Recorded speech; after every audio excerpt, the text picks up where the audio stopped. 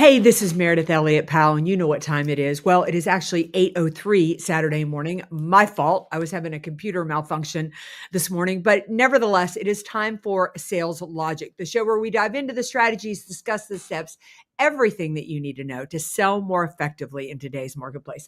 Mark, what do we have on tap for today? We're going to be dealing with purchasing departments. How do you deal with purchasing departments? We've got a great question that came in with it. And the lightning round, top 10 ways to connect with prospects. How's that sound? We got a good show. Got a good show. Prospect with integrity, we will get customers who have integrity.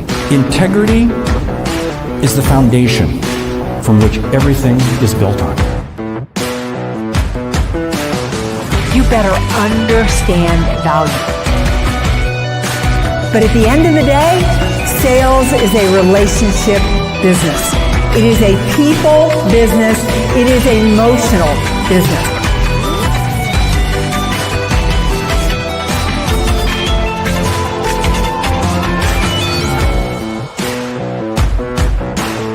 This is Sales Logic.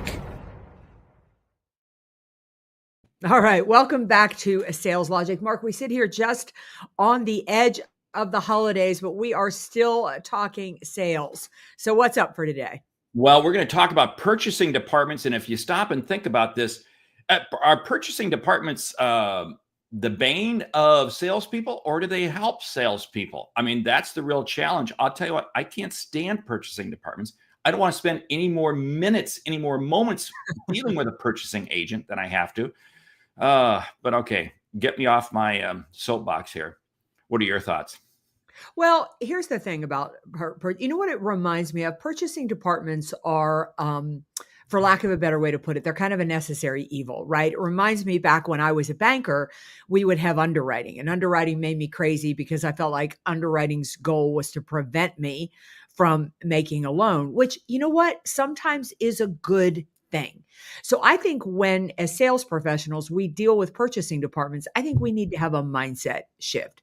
Because probably the biggest thing and most important thing you need to know, understand, and relate to is the goal of the purchasing department is very different than the goal of your prospect and the person that you're selling to. Yeah, because at the end of the day, they are just doing their job. Now, here's something that I want to throw out the window right now. You know, salespeople say, well, the most difficult part of their job is telling us salespeople they need a lower price. No, that's not the most difficult part of the job.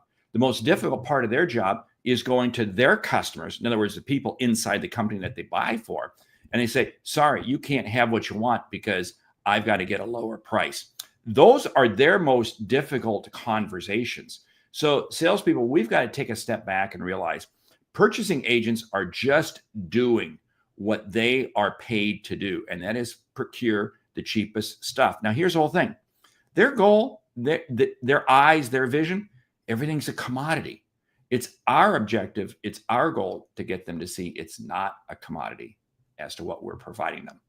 Yeah, I love Thomas. You are up bright and early, still working hard as you head into the holidays. Merry Christmas to you as well, and the rest of our audience here. So here's a couple of things. Like, I think that purchasing departments have lots of goals, like we all do. I mean, and probably some of the biggest feel like the antithesis of sales. I mean, their goal is cost control and risk mitigation. And when I sell something to a company, I want them to take a risk and I want them to spend money to do it. So if you get mired in fighting over those two goals, you are going to lose with purchasing department. Because I think probably something else we need to realize as salespeople is purchasing departments are in control.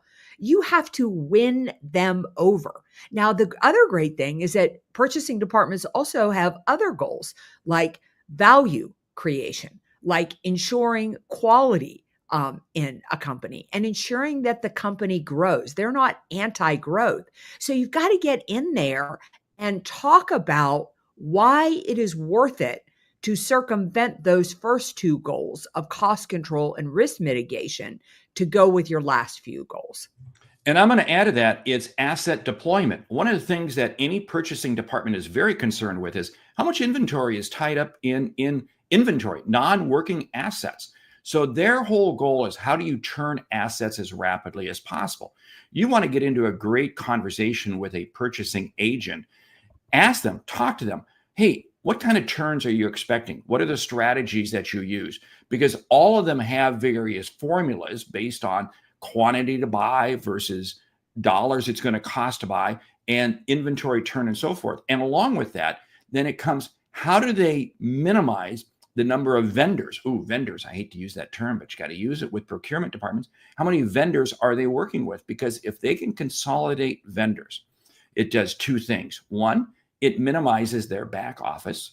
Two, it streamlines their warehousing facility and so forth, because there's fewer loads coming in.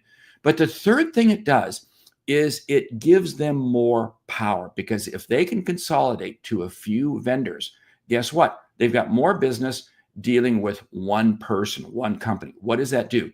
That allows them to have more leverage. And you got to understand, a procurement agent is leveraging both sides. They're leveraging the side of the sales team, salespeople, and they're leveraging inside. So they may throw a bone to an inside customer. Okay, you want this particular item, this particular SKU. You really want that. Okay, I'm going to go ahead and give that to them, but I'm going to make sure that they don't get everything else that they want, because I can find it cheaper. Got to understand the role that they put. They are really facing targets on both sides.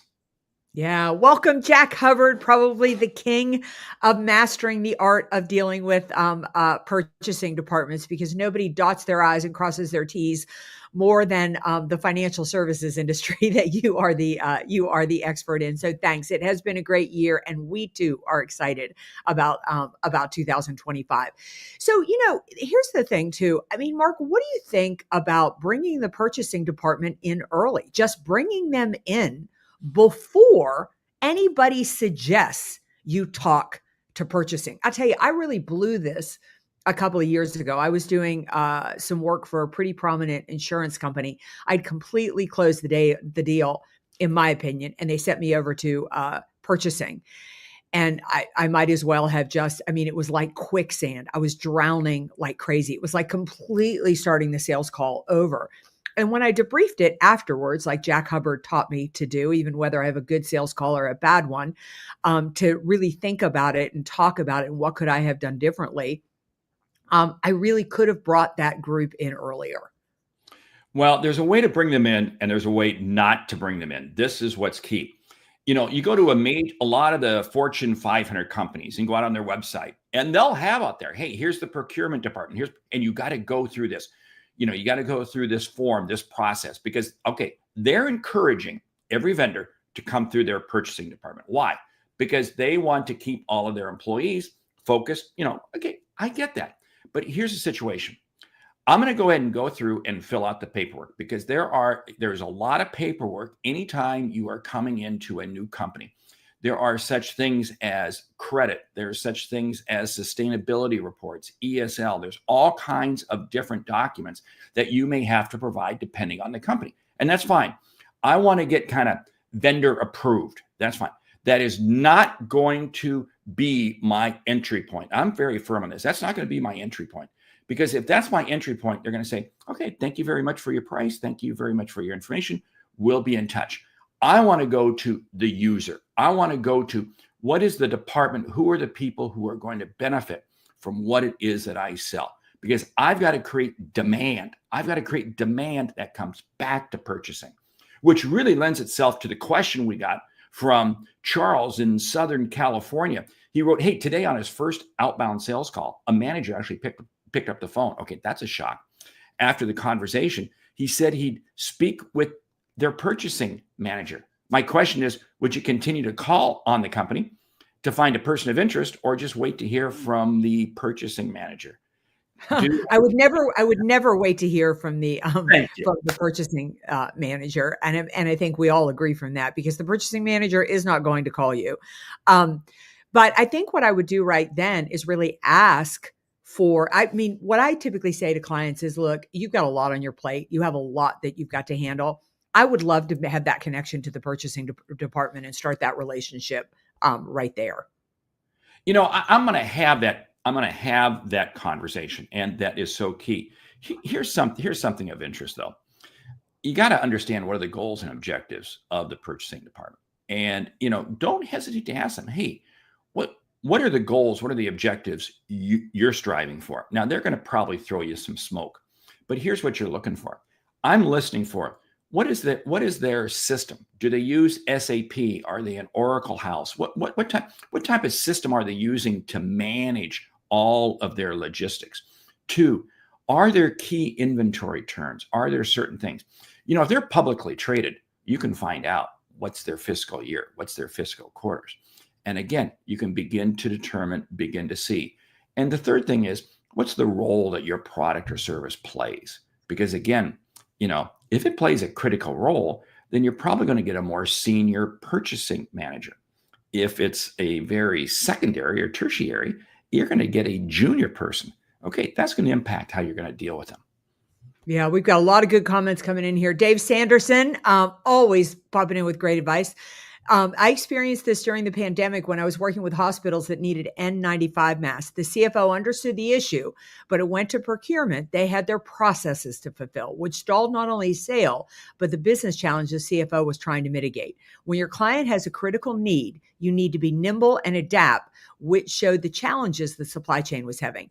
The other thing I think where Dave is so critical, it's just such good advice, is that if you can get a CFO or a CEO or somebody to advocate for you to procurement. I just had a situation like this last week in trying to close a contract. My contact was not strong enough, didn't have enough political capital in the company. So I had to jump over and bring in the CEO and the CRO to get the job done. That is so key. I love Natalie's comment. She says it's important to understand the role purchasing has in large RFPs. RFPs many times start in some department that's actually going to use it, but then it's got to go to procurement, to purchasing. They're the ones who put all the bows and everything around it and wrap it up and send it out. And they're the ones that are in charge of it. Here's the whole thing that I've found regarding RFPs. If you didn't help influence it, what makes you think you're going to get it? Because chances are you are not. You got a 1% chance of making it. But again, This is the role that procurement departments play. Yeah, such good advice here, Thomas. As salespeople, if you're unsure of why there was a denial, just ask. Such good information. I got denied on one probably 6 months ago. I thought it was me. And they really have some tough internal problems that they have got to work through. And their thought process was, we believe you could give us return on investment, but until we fix the foundational issues, we can't make it happen. And Bill King, I got to chime in. I love your comment here. It would be great if you could turn purchasing into an internal advocate versus treating them like a gatekeeper. Exactly. Like your mindset, if your mindset is that they're going to prevent the deal, guess what? They're going to prevent the deal. But if you could find a way to bring them in, such good advice. The other thing, one thing I love about procurement is that they force you to know your ROI, to be really, really clear on the investment your client is making and why it will yield more than you believe they're investing. That is so true. I mean, understanding their objectives is so key. I had the unfortunate time of dealing with one of the most brutal purchasing departments in the world, Walmart. I would literally spend my days in front of Walmart. And one of the times that I came out of the consumer packaged goods arena. And one of the things that I found is that with their purchasing department and the company I happen to be with, they would hang me over the edge. I would be hanging by my fingernails, but they never let me fall. They would, at the end, never let me fall, because at the end, they needed me. They needed what I had to offer. So we would wind up negotiating something, but it was painful. But you had to just understand they're going through their process. They're going through their because that's what they're paid to do. Respect them for that. Yeah, it's like dealing with the CFO of the company. The CFO of the company their job is to protect the company and not make bad investments. So expect the challenge, respect the challenge, and rise to the challenge. Such good advice here, Natalie. When you're presenting to a large group, know who will be in the room and ensure you have a chance to talk with procurement. figure out what their top concerns are. Right. Don't assume that you know what their top concerns are. Oh, that's so key, because again, your user, the person who you really want to sell to, they have a set of priorities, but procurement's going to have a different set. You know, what's interesting is at the end of the day, procurement in almost every organization reports to the CFO. Yeah. What does that mean? It's a number focused business and their whole goal. And I'll tell you what I found is this: most procurement people, they have an objective. They got to reduce X amount over the course of a quarter. Okay. They've got to take X amount of inventory out, X amount. To them, they don't care where they get it from. They don't care where they get it from. Now think about this for a moment. So if you have a product, if you have a service that is absolutely essential, and you know what, if they can get their savings elsewhere, you're okay. So keep in mind that, remember, they're not just picking on you. They're looking to make their objectives. You just may be the person. I got to tell a quick story real quick. Procurement guy comes up to me. I'm doing a program, major company. If I said the name, everyone would know, everyone would recognize it. I won't. Procurement person came up to me. He said, what's very fascinating is I tell all my procurement people, if a salesperson can't deliver a price to them with confidence, with eye contact, with solid body language, there's a discount to be had. Whoa. You see, you know what's interesting? We, the sales community, set ourselves up to be cut down by procurement to people because we roll over and play dead too easy. Yeah. Just gold advice here from Jack Hubbard. Many of us here on this podcast are definitely a small business, and you have to decide whether the hours of completing an RFP or working with procurement is worth it. Could not agree with you more. I do not do RFPs in my business. I always say from the stage, probably one of the biggest mistakes I see salespeople make is chasing business that isn't worth chasing. I mean, the moment you fill out an RFP, you are a number, not a sales professional. Oh, so many things we could say there. That's why I say, unless you help write the RFP, don't think you're going to get it. You are wasting your time. You're going to be busy, but you're not going to be productive. And this is even in B2G, business to government, where everything has to go by way of RFP. Again, if you didn't help influence, why do you think you're going to get it? Because people are going to just simply use you. Here's what you can do with RFPs. There are two strategies that you can use with RFPs. One, you may submit an RFP with the objective to just get a seat at the table, just to get a conversation going, not to earn or win that RFP, but to be able to develop relationships that will help you further down the road. Okay, so that's a good strategy. Two, you may enter into an RFP. Why? Can I say this? Just to hose your competitor, because you want to ultimately push the price down, allow your competitor to get the deal at a very low price that's going to be hard for them to do. Okay, wow, that's hard. That's harsh. That's hard. I can't imagine doing that. Jeez. The only time I ever fill out an RFP is if I already got the deal and it's required. It just was never successful in my business, but I know other people are. Great comment here, Bryn Tillman. During conversations with, emphasize how your solutions aligns with their strategic goals. Such good advice. I mean, what do they want? And I love what Thomas is saying here. Don't let denial get in your head. I mean, don't let it stop you. Rejection is the name of the game. And denial just really means it didn't work out. It just didn't work out this time. And I think when you get denied from procurement, you got denied for the reasons that Bryn just said. Somehow they don't understand how what you're doing aligns with not only their strategic goals, but the strategic goals of the company. I love here that Kevin thinks you're very Machiavellian. I agree, well, Kevin. Hey, wow, you know what? I mean, I got one more strategy I did where if you've got an RFP that has like 300 SKUs on it, 300 SKUs on it, you're supplying. You may look to go ahead and compete on it, and again get the price down low to where you come in second. So what happens is then the person who gets it, the company who gets it, they have a hard time fulfilling it. You get to come along and backfill, and guess what? What you backfill, you will backfill at full margin. So it's great. Great book on this by Jack. RFP. I totally disagree with that. I want to go on record as saying I disagree with the strategy. But hey, I'm a capitalist. Okay. Okay.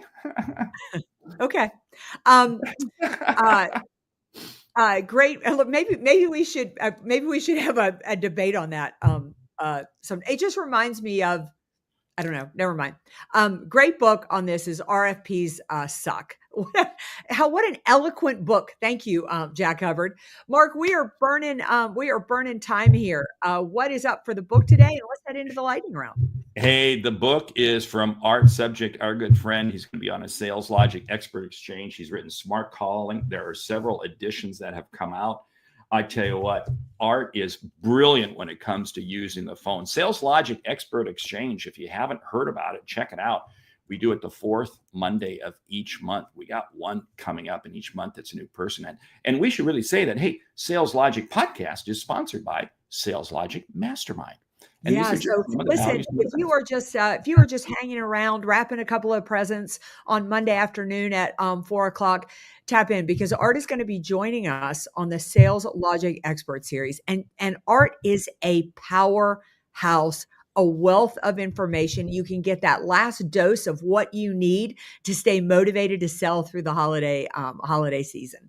That's great. Hey, and ready for the lightning round? I am. Top 10 ways to connect with prospects. Go. Well, I think, number one is to get really, really clear on your ICP. Don't kind of in keeping with Jack Hubbard's theme, really get clear on what is worth your time. Playing with our theme, don't talk to purchasing departments. Make sure that if you want to connect with prospects, it's personalized. I just did an outreach this morning, flat cold. And I figured out she graduated from the University of South Carolina, as did I. And she was a swim coach. It was her first job out of school. And I was a swimmer. I swam for Penn State when I was there. So we had some level of connection. Number 4, follow up. Never think that your first communication is going to hit home. You've got to keep coming after them. Yeah. And number 5, I think it is one of the best ways to connect with a prospect is if you know somebody who knows them and can make that introduction for you. Or even like yesterday, I called a speaker friend of ours and I said, I really want to get into this industry. Can you help me? And they offered to make some introductions and also said I could use their name. So that's going to be really, really helpful to me. But I started that conversation. Right. Number 6, use LinkedIn. That's one of the great tools of how to find out connections, how to find out people, how to find out information.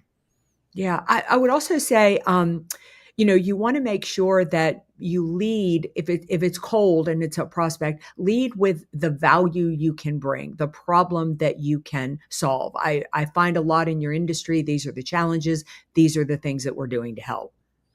Number 8, use multiple mediums. Just because you like email doesn't mean they like email. You got to use every medium out there because you got to find their preferred medium.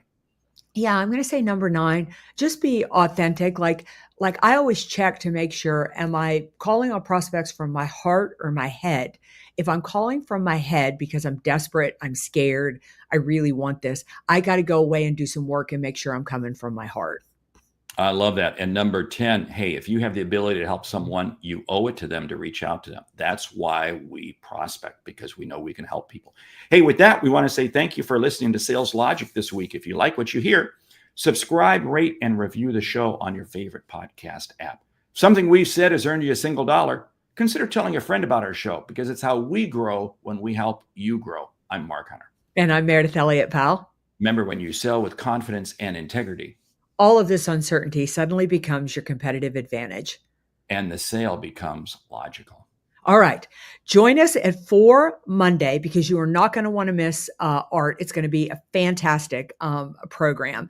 And then while you're, taking down the Christmas tree or getting ready for the New Year's holiday, we're going to be right back here, 8 a.m. Eastern, Saturday morning, where we are going to cover another hot topic and really position you to sell successfully in 2025. We'll see you then. Have a Merry Christmas if we don't see you, a happy holiday, whatever it is that you celebrate, and we'll see you next week.